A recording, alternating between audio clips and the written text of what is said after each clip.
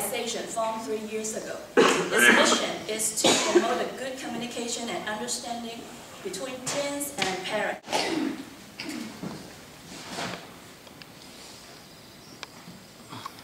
Alright, my name is James Lane. I'm a junior at Monte Vista High. I'm Emily Chen, and I'm a senior at Fremont High School. I'm Nick, senior at Newton. Alright, so today we'll be talking about one of two topics, and the first one will be personal privacy. Actually, only one topic. So the question that comes up, mainly because of the social media explosion, like on Facebook and Twitter, that parents want to know what we have or what do we do on those websites. So there are some things that we would like to hide, mainly some pictures.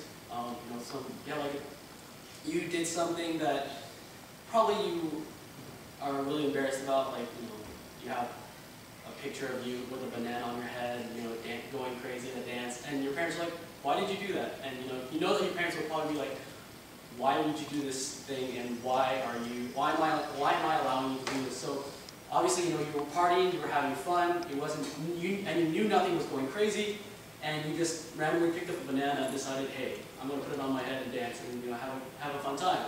So that's one of the things that you don't want. For me personally, I wouldn't want to show just some really weird pictures. And one other thing is which will also lead to the last point, is that I was in a picture with with a friend of mine, and she was a girl, and my dad was like, "Oh, who is this person? Is she your girlfriend? Why are you hugging her? Why don't you hug me anymore? Why don't you do this?" And I was like, it was a really spontaneous thing, because it was just saying bye to her because I was going to be gone for a while. So yeah, so that's some of the things that I just don't want to show to my parents. It's nothing like, "Oh, I'm doing something bad." It's just more for personal privacy. Now another thing is a blog. A blog is, you guys probably know what a blog is. It's just where you go on the internet and type feelings. And a lot of the times these blogs are private. And for me and a lot of personal bloggers on the internet, most of their stuff they probably want to hide from even their friends. So it's not only as a parent, it's not to say, "Oh, I don't want to show this to my parents because it incriminates me or says something that I did wrong," but it's more like we want just personal privacy. It's like an online diary.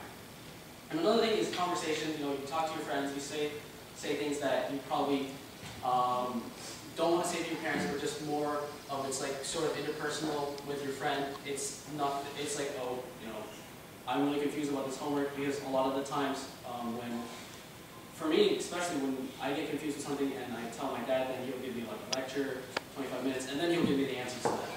So that's one of the things that I would hide as well. Yeah, so what would I share with my parents though? So one of the things is like academics. I know I said like, "Oh, I don't want to share, like if I have a problem on homework, I wouldn't do that," but for grades, like, "Oh, hey, I got an A on this test," it bumped up my grade from like a B to an A, just to say, "Hey, I did really cool things." And another thing is music taste. I've been listening to a lot of music, and sometimes I'll give my parents a listen. Sometimes most likely my mom will say, "Oh, this is junk music. Why are you listening to this? It's really bad." And, there's no rhythm, there's no feel to it. But more recently, she's been sort of getting back.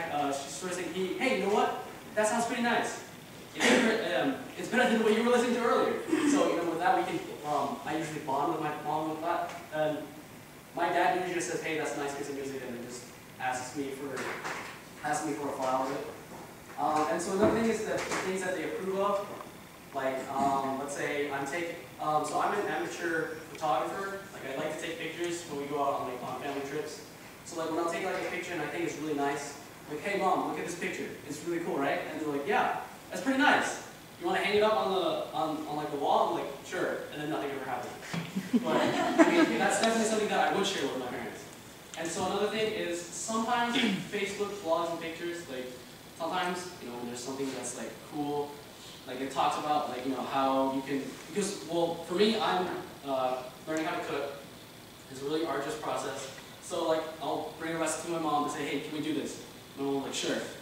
And then I end up with me and her trying to work in the kitchen, and it's mainly just her doing it. I'll be like, oh no, the recipe says this and this, and then yeah. So I mean, there's a lot of things that we can branch out with, and these are usually a lot of the things that we can do. Okay, I have a story about when my mom got a Facebook. So we are really close actually, we're almost like sisters. And so then she got a Facebook and then she was really excited, so she wanted to be friends with me. And I agreed to it, so then when we were friends on Facebook, she started like taking a lot of my pictures and like my conversations and posting it on her blog. And because of that, you know, I lost trust because she didn't ask me to do this. So then, yeah, we just lost a lot of trust between each other because she asked me to be my friend and then she kind of just, you know, lurked around my profile all day and like took things out of it just to post on her blog. So a lot of my privacy was all over the internet. Even though, you know, on Facebook you approve friends and you don't approve friends. It's people that I know who knows my information. So then after that I had to block her on Facebook. So that really like shut down all our trust and respect for each other. After a couple months, she asked me to be friends again. She was like begging to be friends. I still didn't trust her, so I never wanted to be friends with her again.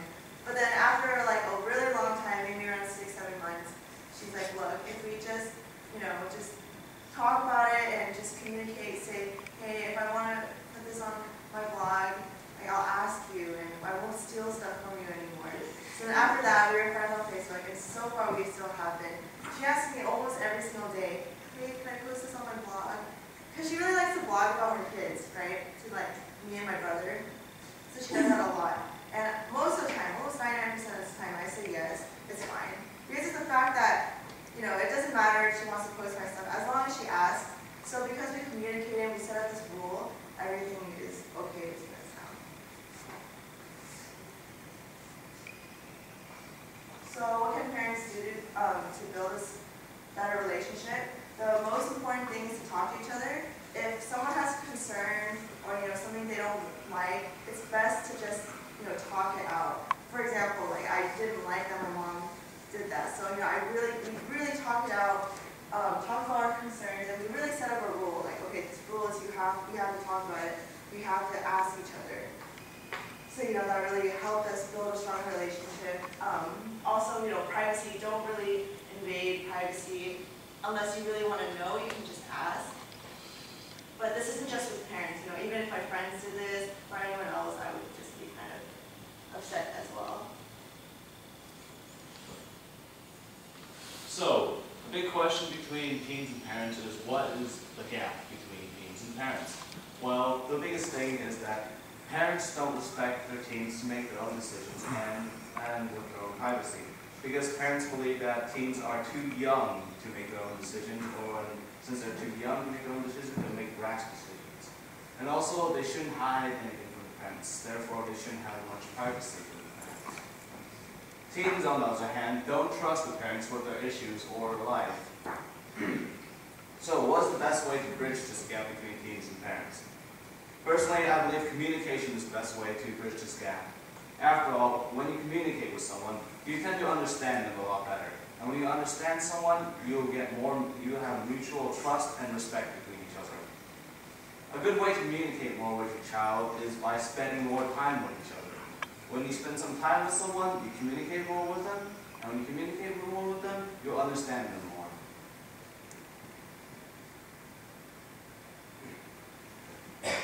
So wrapping it all up, privacy is an incredibly personal issue and should be highly respected between parents and teens. However, there are sometimes things that teens believe they want to tell to their parents, like their most personal feelings. And also, respect each other. If you want respect, you have to give respect to your teen. Show that you do respect it and build trust. This will take lots of time, practice, and a lot of understanding, but in the end, it's worth it. The next topic we'll be talking about is communication. So most teens believe that communication is incredibly important in order to have a healthy relationship between a teen and a parent. However, there are sometimes some areas that teens rather not talk about to their parents. For example, I might be coming home from a really bad day of school. Maybe I messed up on a club activity, or maybe I did really bad on a test or quiz, and I just might be incredibly angry that day. So I just might be walking home and my mother might start nagging me about like, hey, why do you look so sad? Hey, why are you so mad? Talk to me, talk to me, talk to me, talk to me. At this point I might just blow up at my mother and say, no, please, I really don't want to talk to you. So parents, a very important thing to remember is that when a teen does look angry or when a teen seems to be distressed, just wait for them to cool down a little bit before you talk to them, or else they just might explode. And also remember that sometimes small conflicts between you and your teen may lead to increased tension between the two of you. Now, a really big question that bayecho wants to answer for you parents is, what tears down communication between a teen and their parent? Well, one of the biggest things I feel tears down communication is nagging. Nagging is not just reminding your teen once or twice, it's like excessively reminding your teen to do things. For example, between me and my mother again, my mother used to constantly nag me to do things like do my homework, clean the dishes, do the room, study, things like that. Parents, you have to keep in mind that teens do know that they have to study, they have to do their homework, and they will probably do the dishes eventually. But it's better just to remind us once or twice. Now, my mother, after a while, after constantly nagging me, I eventually got my mother to only remind me to do things once or twice, like clean my room once or twice, to tell me to clean my room once or twice. And in fact, I still do clean my room, I still do my homework, and I still do the dishes. Also, parents, remember to train your teen to be responsible. Once your teen is responsible, they'll have the confidence to do things by themselves in the future without you having to nag. So another thing that really tears down a relationship is hypocrisy. Now, this word might be a little bit too strong, but let me give you an example. So for me, I'm really like my dad. We're both really stubborn, and we both don't like to admit when we're wrong. So when my dad when I'm doing something and I do something wrong and oh, I should have done this, and then my dad's like, yeah, why did you do that? You're just too stubborn to listen to me. And then later I'm like, okay, fine. Like, all right, I guess I'm just too stubborn. And then when I tell my dad, you know, you did something wrong. You probably shouldn't have done that. He's like, no, what are you talking about? I did the best thing possible. I was like, no, you could have just taken this and, you know, then we wouldn't have been late to some party if we had taken, you know, Highway 101 instead of 87. And then my dad will be like, no, what are you talking about? And he's really just, you know, he won't admit that he's wrong. And, you know, that makes me really, you know, really frustrated. And so that sort of plays off into me becoming really, like, angry. Not like really angry, but sort of resentful because, like, wow, why can't you just admit that you're wrong for once? So that really, you know, it just really sort of harms us, you know, like we both become really angry and then we both don't want to talk to each other for a while. And so it was really important is to do something that, you know, you tell others not to do. So like for me, so what I do now is instead of telling, you know, I was like, all right, Dad. So when my dad tells me that I'm wrong, I say, yes, I was wrong. You know, I'm admitting that I made a mistake. I'm trying not to get stubborn. And I've actually seen this in him now. He's actually become a little bit less stubborn. So hopefully that will sort of carry on in the future. But the most important thing is to be a role model. You know, if you want something to be done, you do something, and hopefully your teens will catch on.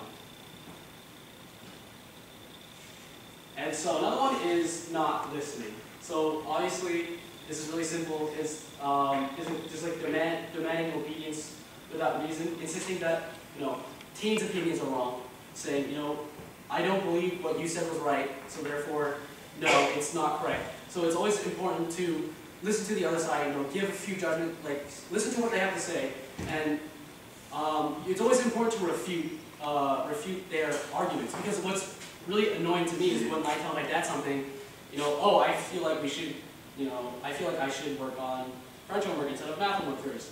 And then my dad would be like, no, math is more important, blah, blah, blah, blah, and he won't say anything. He'll just say French is dumb, it's stupid, why are you taking that class? And, you know, it feels really disheartening because it's saying, you know what, I'm having a little bit more struggles in French, and I feel like if I work on French right now, I'll do better. But, you know, it's always important to refute that argument. And another thing is yelling, because there's nothing more, there's nothing more that I hate than somebody yelling at me for no reason. And the thing is, when I feel like, when somebody communicates with me, I prefer them to talk in a quiet voice, and, well, not really quiet, but more in a calm voice, because when you're calm, you convey your ideas. It gets across a lot easier because when you're calm, you seem like you're confident and you know what's going on and you know why, and it just feels like you know what's going on. So for us, we encourage parents, and I know we should be telling you guys what to do because you guys probably know what to do. Is that we are capable of making our own decisions as well. We're starting to mature. We're almost getting to that point where we have to leave home for college. So 4 years or less, it's coming. And it's always important to establish mutual conversations. We have to listen to both sides and just have a healthy relationship. And always try to remember that teens, also try to convince your teen that you also have to take into consideration that your arguments for something, because that's always important, that you have to know both sides of the argument. So how are teens going to respond to all these three? One, teens can agree and just take it. So this just means like they'll just do what you say, but they in their heart they know that that's not what they want to do, and so there's not really this communication in between it, and then they just kind of end up getting frustrated a lot of the times. Another is ignoring. A teen can ignore what their parents say, but do it, or ignore it and not do it.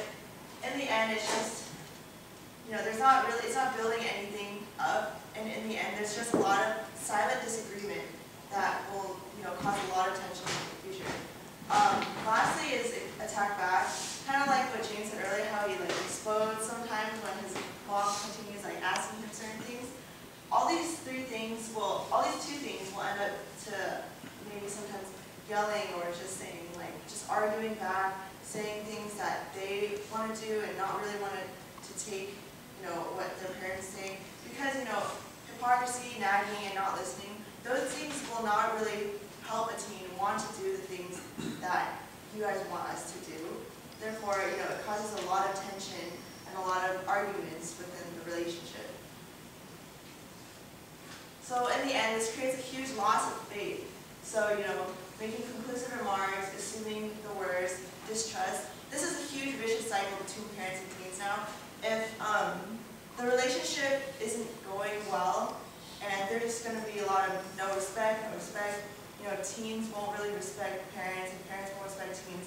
This cycle will not end unless there is something to really make it stronger, which is communication and which is spending time. So, what could encourage teens to share more with parents? Well, the 6 A's from Josh McDowell, the Disconnected Generation, actually shows a pretty decent guideline for how to communicate better with your teen. The first A is affirmation. Empathize with your children, and when you see them maybe mess up on something, don't immediately go up to them and say, hey, this is how you do it the right way. Instead, just comfort them. Just say, hey, it's all right, I'm there for you. Once they're calmed down, once you comforted them, then perhaps you can send some of your own opinions and some of your own ideas you go. The second A is acceptance. Parents, I know you have your own ideal for your child. Maybe you want them to be a quantum physicist, or maybe you want them to be a doctor. But you have to realize that your child sometimes won't be that doctor, or won't be that quantum physicist. You have to accept the fact that they have their own ideal, and no matter what they may do, that you still love them. Okay, so the third A is appreciation, and that is pretty simple. And mainly it's just to say, if your child does a chore, does something great on a test, does something awesome, you say, hey, you did a good job, I'm really proud of you. And that gives a teen a sense of, wow, I'm worth something, which probably is not, it's not like that. But it just makes them feel like, that they're being backed by you, and that's really important as a teen because you always want to have somebody to support you. And now, the fourth A is availability. Now that's pretty simple, but it's really hard to find in this day and age because we have all these all this technology like smartphones, laptops, pagers. So what's really important is that sometimes when you're at the dinner table and your child wants to talk, it's really important to say, okay, I'm going to put away my phone. I'm not going to look at that phone until I'm done talking to my teen or child about what's on his or her mind. So it's really important for you to be there for them, which leads off from appreciation. Another one is accountability. Parents should also be very accountable for their children and what they do in order to grow up successful and to have good morals. So, for example, you want to be a good role model, just like what James said earlier about, or Nick said earlier about hypocrisy. You want to be accountable for the things your child does. So, setting up rules or, seeing concerns really helps, be accountable for your team. Another is affection. You always want to show your team that you do love them in the end. No matter how much conflict there is at home, how much tension there is, or how much fighting or arguing there is in the house, in the end we nag each other and we disagree because we love each other. So it's great to really remind your team every day that you love them by simply hugging them or telling them you love them. Thank you.